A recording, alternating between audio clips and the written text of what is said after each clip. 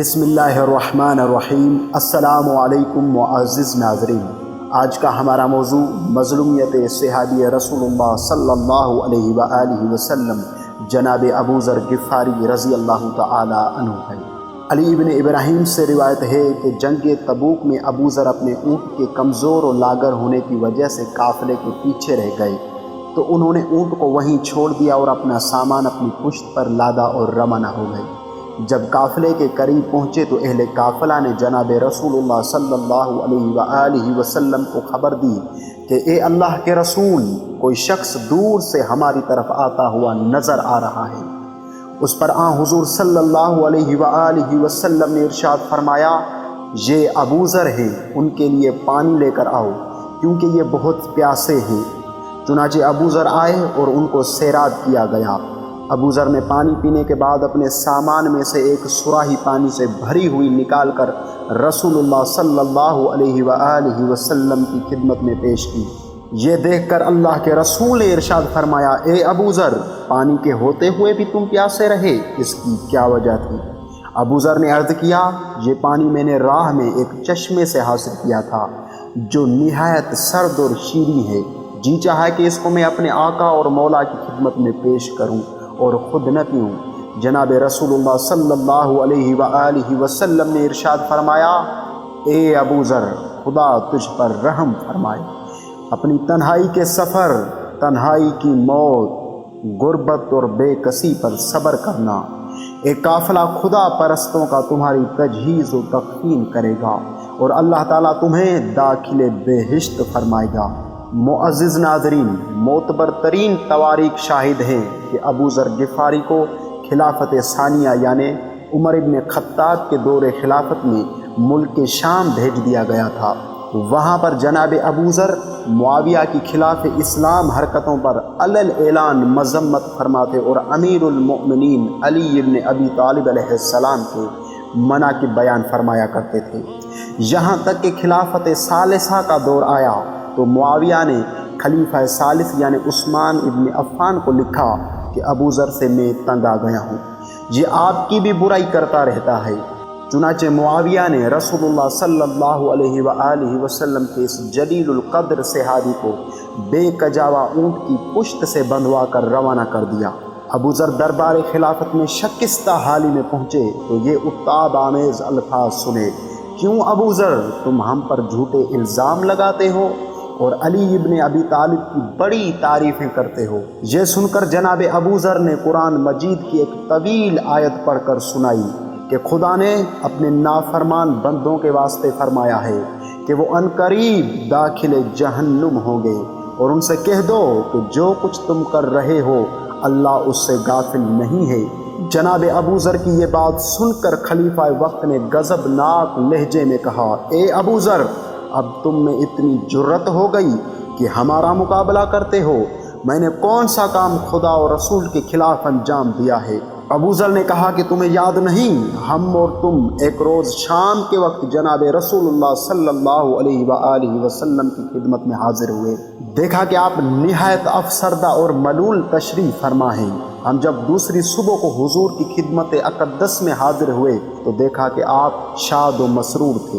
ہم نے اس کا سبب معلوم کیا تو اللہ کے رسول نے فرمایا کہ کل بیت المال میں 4 درہم تھے، اس لیے میں پریشان تھا کہ یہ کسی حقدار کا حصہ ہے جو اب تک بیت المال میں موجود ہے، آج وہ حقدار کو دے دیے گئے، اسی لیے میں مطمئن ہوں۔ اے خلیفہ وقت، تمہارے پاس بیت المال میں اس وقت 1,00,000 درہم موجود ہے، مگر تمہیں 1,00,000 کا اور انتظار ہے تاکہ بیت المال میں زر کثیر جمع ہو جائے جو تو اپنے قرابت داروں کو حسب دل خواہ دے سکے۔ اس بات پر کسی نے ابو ذر کو کہا کہ ابو ذر دروغو ہے یعنی جھوٹ بولنے والا، یہ آیات آپ کے بارے میں ہرگز نہیں۔ چنانچہ اسی گفتگو کے بیچ امیر المؤمنین علی ابن ابی طالب علیہ السلام کو بلا لیا گیا اور خلیفہ وقت نے امیر المؤمنین علی علیہ السلام سے سوال کیا کہ ابو ذر یہ کہتے ہیں، کیا یہ اس معاملے میں دروغو نہیں ہیں یعنی جھوٹے نہیں ہیں؟ امیر المؤمنین علی علیہ السلام نے اس کا یوں جواب ارشاد فرمایا کہ خدا کے خوف سے ڈرو، میں نے رسولullah صلی اللہ علیہ وآلہ وسلم کو یہ ارشاد فرماتے ہوئے خود سنا ہے کہ ابو ذر سے زیادہ سچا زمین کے اوپر اور آسمان کے نیچے پیدا ہی نہیں ہوا۔ جناب ابو ذر امیر المؤمنین علی علیہ السلام کی یہ گواہی سن کر رو کر کہنے لگے، افسوس تم سب مال پر جھکے ہوئے ہو اور مجھے جھوٹا کہتے ہو، اور خیال یہ ہے کہ حضور پر میں نے جھوٹ باندھا ہے، حالانکہ میں تم سب سے بہتر ہوں۔ اس پر جناب عثمان نے پوچھا کس طرح؟ انہوں نے کہا کہ جس روز میں اپنے حبیب سے جدا ہوا ہوں، یہی جبہ پہنے ہوئے ہوں اور دین کو دنیا سے نہیں بیچا، اور تم نے دنیا کے لیے دین کو کھو دیا اور بدعتیں پیدا کی، مال خدا کو ناحق خراب کیا، اور روز قیامت تم سے باز پرس ہوگی اور مجھ سے نہ ہوگی۔ جناب عثمان نے کہا کہ میں قسم دے کر پوچھتا ہوں۔ جناب ابو ذر نے جواب دیا کہ بلا قسم بھی جو کچھ پوچھو گے جواب دوں گا۔ اس گفتگو کے بعد خلیفہ وقت نے جناب ابو ذر کو تنہائی میں بلایا اور بڑے ہی درست اور سخت لہجے میں کہا کہ دیکھو، تم کیونکہ اصحاب رسول میں سے ہو، اسی لیے میں تمہیں قتل کرنے کا حکم تو نہیں دیتا، البتہ تم کو شہر بدر کرتا ہوں۔ بتلاؤ کس شہر کو پسند کرتے ہو؟ ابو ذر نے کہا مکہ جائے ولادت حبیب خدا۔ اچھا یہ بھی بتاؤ کہ کس شہر کو ناپسند کرتے ہو؟ ابو ذر نے فرمایا ربضہ۔ حکم ہوا کہ ان کو ربضہ ہی روانہ کر دیا جائے اور کوئی ان کے ساتھ نہ جائے، لیکن یہاں پر محمد بن یعقوب کلینی رضوان اللہ تعالی علیہ تحریر فرماتے ہیں کہ جب ابو ذر مدینے سے روانہ ہوئے تو امیر المؤمنین علی ابن ابی طالب علیہ السلام اور امام حسن علیہ السلام، امام حسین علیہ السلام، حضرت عقیل، جناب عمار یاسر کچھ دور ابو ذر کی مشایت میں گئے اور ہر ایک نے آپ کو صبر کی تلقین کی۔ امام عالی مقام حسین علیہ السلام نے فرمایا ام محترم، دشمن آپ سے دین چھیننا چاہتا تھا مگر نہ چھین سکا، بلکہ آپ نے اس سے دین کو چھین لیا، خدا آپ کو اجر عظیم عطا فرمائے۔ المختصر، ابو ذر غفاری ربضہ پہنچے، تنہائی کی زندگی، نہ کوئی یاور نہ مونس و مددگار، پہلے چند بکریاں تھیں وہ بھی مر گئی، پھر لڑکے داغ مفارقت دے گئے، پھر شریک نے ساتھ چھوڑا، صرف ایک لڑکی رہ گئی، بے سر و سامانی کا عالم۔ 3 روز تک اس ریگستان میں کھانے کے لیے کچھ نہ ملا تو ابو ذر نے ایک خاک کے تودے پر سر رکھ کر جان آفریں کے سپرد کر دی۔ اب ایک 4 سالہ بچی غمگسار تھی اور مردہ باپ سامنے تھا، کیا کرتی؟ یتیم بچی چیخی چلائی، آواز فضائے بسیط کو چیرتی ہوئی بارگاہ قدس میں جا پہنچی۔